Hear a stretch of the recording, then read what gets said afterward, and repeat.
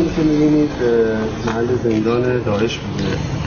داعش برای بازداشت افراد استفاده می‌کرده. طبقه همکفش زندان عمومی بوده، یعنی بند عمومی بوده. بند عمومی شد.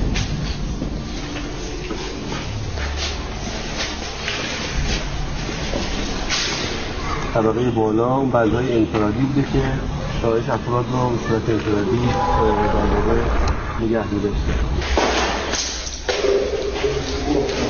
اینم که پرچم داعش شکست خورده. چه زجری کشیدن مردم اینجا. این چند بند انفرادی مثل که با همه اعتراض زیادی بند انفرادی ایجاد کردن.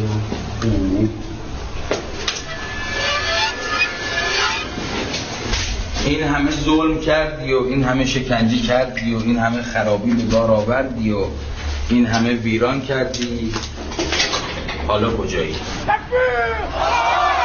دولت الاسلام! بسم الله! فرات رو به صورت تکیل خواستن اعدام کنن، بعضا تو میدون ساعت انجام میدادن. این میدون ساعته میدون اصلی شهر بوکماله. معمولا شکنجه هایی که برای عبرت مردم داشتن می آورد توی این میدونا انجام میدادن و در همین میدون هم شکنجه ها و سربریدن ها و همینجا بوده، جنایت ها اینجا انجام میشه. تقریبا آماری که خود بچه مردم بوکمال میدن میگن نزدیک 2000 نفر اینجا سربریده شدن.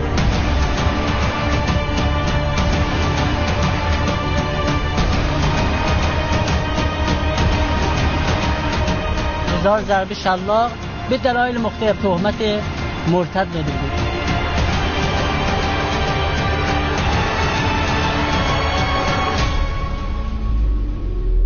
اعدام‌های عمومی که می‌خواستن انجام بدن، یعنی تعداد نفرات زیادی رو می‌خواستن یک دفعه سر ببرن بیرون از در واقع شهر بوکمال به سمت بادیه، میگن تقریبا یه حدوداً 3-4 کیلومتر اون طرفتر.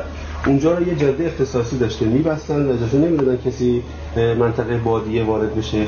در نزدیکی‌های یک چاه آب اونجا همه رو می‌بردن سر می‌بریدن و بعدم همونجا دفن.